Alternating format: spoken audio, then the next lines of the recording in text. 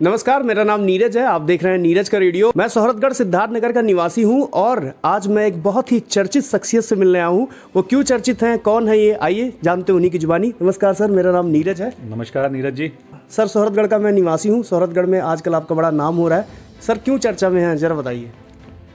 नहीं, मैं तो सोहरतगढ़ विधानसभा क्षेत्र से 302 जो कि विधानसभा क्षेत्र है, उससे मैं वहाँ पे अखिल भारत हिंदू महासभा का प्रत्याशी हूँ। और प्रत्याशी होने के नाते मैं प्रचार प्रसार कर रहा हूँ, तो लोग हो सकता है कि वो जानकारी आप तक पहुँची हो कि भाई एक अखिल भारत हिंदू महासभा के भी आए हुए हैं। इस वजह से लोग चर्चा में, और चुनाव का माहौल है तो आदमी चर्चा करता ही है। नहीं, मुझे कुछ दूसरा ही कारण सुनाई दिया, वो कारण मुझे सुनना है। नहीं, वो कारण, मैं लोगों के बीच में जा रहा हूँ, समाज सेवा कर रहा हूँ, लोगों की बात परेशानियों को सुनता हूँ, उनकी परेशानियों को हल करने की कोशिश कर रहा हूँ।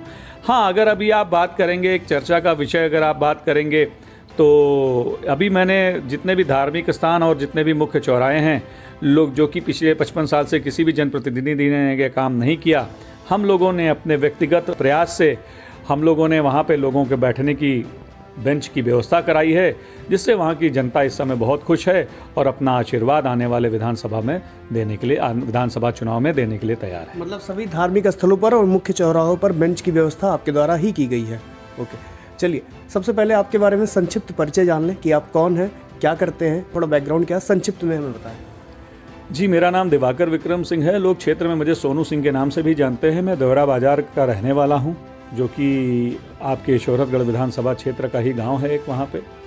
और मेरी शिक्षा दीक्षा सनई में सकतपुर इंटर कॉलेज से हुई और बुद्ध विद्यापीठ से मैंने ग्रेजुएशन किया। उसके बाद मैंने लखनऊ की तरफ रुख किया। मैंने कई जगह पत्रकारिता भी की मैंने, और आज मैं दिल्ली में एक PR एजेंसी अपनी चला रहा हूँ। अच्छा, मतलब दिल्ली में वेल सेटल्ड होने के बाद फिर से आप सोहरतगढ़ विधानसभा क्षेत्र से प्रत्याशी, तो मतलब एक हिसाब से घर वापसी, इसका कारण? जो घर वापसी की बात, घर तो हमेशा मुझसे मेरा वही है, घर वापसी की कोई बात नहीं। हम लोग आते जाते रहते थे हमेशा, क्योंकि दिल्ली मेरा कार्यस्थल है। मैं यहाँ कार्य करता हूँ, अपना व्यापार करता हूँ, क्योंकि हर आदमी को जीविकोपार्जन के लिए कुछ ना कुछ तो करना ही है। जहाँ तक वापसी की बात है, तो मैंने मैंने सिद्धार्थनगर के समूचे सिद्धार्थनगर का कोई विकास नहीं देखा मैंने पिछले 40-45 साल में। और जो भी जनप्रतिनिधि रहे, उन्होंने जनता को केवल भावनाओं और जातियों में बांटकर लोगों को ठगा।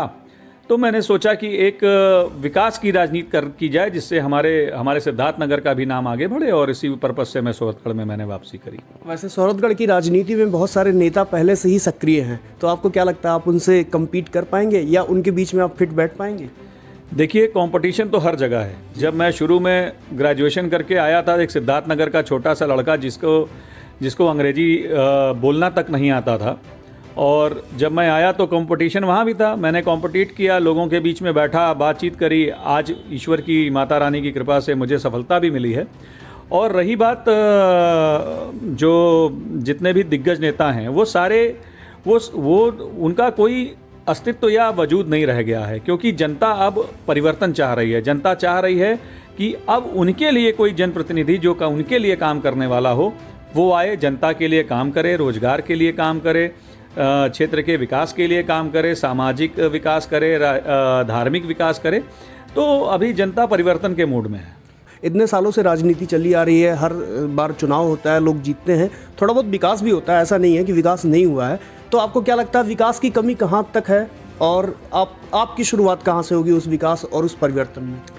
देखिए, जहाँ तक विकास की बात जो आप कह रहे हैं, विकास मैं ये नहीं कह रहा कि विकास नहीं हुआ है, किंतु जिस मुकाम पे सिद्धार्थनगर का सोहरतगढ़ विधानसभा पहुंचना चाहिए था, आज आप देखेंगे बांसी है, कपिलवस्तु है और डुमरियागंज है, इन सब से पिछड़ा हुआ सोहरतगढ़ है। क्योंकि सोहरतगढ़ जो एक विधानसभा जो कि नेपाल बॉर्डर से आपका सटा है, वहाँ इंटरनेशनल टूरिज्म के कई ऑप्शन डेवलप किए जा सकते हैं। और आप देखेंगे हमारे सिद्धार्थनगर का काला नमक चावल है, उससे रिलेटेड कई सारी इंडस्ट्री भी लगाई जा सकती है। हाँ, अब अगर आप पर्टिकुलर अगर आप सोहरतगढ़ की बात करेंगे, तो देखेंगे आप वहाँ पे कहीं स्ट्रीट लाइट्स मुझे नहीं दिखती।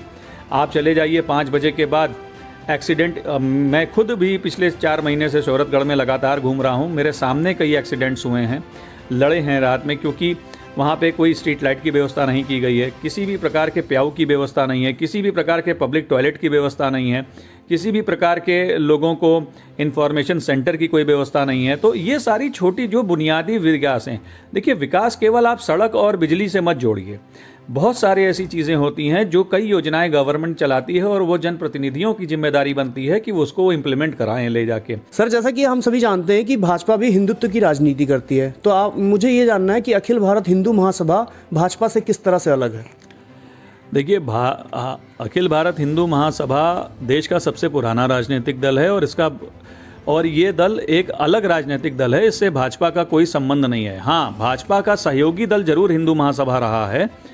सरकार को हिंदुत्व को अखिल भारत हिंदू महासभा का मुख्य उद्देश्य यह है कि हिंदू संगठित रहे, जाति में न बटे, और आने वाले समय में अगर हिंदू जाति में बट गया तो इसको देश को इसका बहुत बुरा प्रभाव देखना पड़ सकता है। भाजपा जरूर हिंदुत्व की बात करती है, लेकिन भाजपा में हिंदू अभी अपने आप को ठगा महसूस कर रहा है, क्योंकि भाजपा 2014 और 17 का चुनाव हिंदुत्व के मुद्दे पे जीती, हिंदुओं ने एक होकर भाजपा को वोट किया, किंतु जब सुविधा देने की बारी आती है तो वो सारी सुविधाएं अल्पसंख्यकों को दी जा रही हैं, जैसा कि सिविल सर्विसेज के लिए 1 लाख रुपया, शादी शगुन योजना के नाम पे 51,000 रुपया। भाई हमें कोई दिक्कत नहीं, आप उनको दीजिए, लेकिन ये सारी सुविधाएं हमारे हिंदू भाइयों को भी मिलनी चाहिए। और हिंदू के साथ और हिंदू के विकास के लिए अखिल भारत हिंदू महासभा सदैव से तत्पर है। अयोध्या का राम मंदिर भी हिंदू महासभा की ही देन है, जो कि भाजपा के सहयोग से करोड़ों हिंदुओं की आस्था का विषय है और भाजपा के सहयोग से वो प्राप्त हुआ है। किंतु कुछ अभी भाजपा अपनी नीति और नीयत दोनों से भटक गई है, इसलिए आने वाले समय में अखिल भारत हिंदू महासभा आगामी 2022 के चुनाव में 100 सीटों पर अलग से चुनाव लड़ेगी। चुनाव को लेकर के आपकी क्या स्ट्रेटजी है? चुनाव को लेके हमारे कार्यकर्ता घर घर जा रहे हैं, अखिल भारत हिंदू महासभा के मुख्य उद्देश्य के बारे में लोगों को बता रहे हैं, लोगों से मिल रहे हैं और हमें बहुत अच्छा रिस्पांस भी मिल रहा है। क्षेत्र में लोग हिंदुत्व के साथ साथ हिंदू धर्म की रक्षा के साथ साथ विकास की भी राजनीति को हम धार दे रहे हैं, हम कर रहे हैं। जैसा कि आपको मैंने बताया कि अभी इस बेंच से सिर्फ मैंने एक विकास मॉडल प्रस्तुत किया है लोगों के सामने। इसके बाद अगर वहाँ की जनता ने मुझे चुनकर जनप्रतिनिधि बनाकर विधानसभा भेजा तो मैं शोहरतगढ़ की जनता को यह विश्वास दिलाता हूँ कि आने वाले 5 साल में शोहरतगढ़ विधानसभा की जो शोहरत है वो बुलंदियों पर होगी। सर, बहुत सारे युवा इस वीडियो को देखेंगे, आपसे जुड़ना भी चाहेंगे, अगर वो आपसे संपर्क साधना चाहेंगे तो उसके लिए क्या आपने माध्यम बना रखा है? देखिए युवा हमारा अखिल भारत हिंदू महासभा का एक टोल फ्री नंबर है, उस पर भी कॉल करके मिस कॉल करके वो हमसे जुड़ सकते हैं। अगर उनको मेरे व्यक्तिगत हैं तो मेरा फेसबुक टाइप करें diwakarthakur@gmail.com, उस पर भी जाके जुड़ सकते हैं और मेरे ट्विटर के माध्यम से मुझसे जुड़ सकते हैं, इंस्टाग्राम के माध्यम से जुड़ सकते हैं। ये सारी चीज़ें सोशल मीडिया प्लेटफॉर्म पे अवेलेबल हैं। मैं युवाओं से निवेदन करता हूँ, क्योंकि युवा ही आने वाले समय में देश का भविष्य हैं, तो अखिल भारत हिंदू महासभा को मजबूत बनाएं, आप मेरा साथ दें। मैं लोगों के बीच में काम करने के लिए आया हूँ, क्योंकि अगर आप युवा मेरा साथ देगा तो एक इतिहास हम शोहरतगढ़ में लिख पाएंगे। हमारे साथ दिवाकर विक्रम सिंह जी, और ये अखिल भारत हिंदू महासभा के प्रदेश प्रवक्ता हैं, साथ ही साथ शोहरतगढ़ विधानसभा के प्रत्याशी भी हैं। सर, आपसे बात करके हमें बहुत अच्छा लगा। आपने हमसे बात करने के लिए बहुत बहुत शुक्रिया। थैंक यू, धन्यवाद।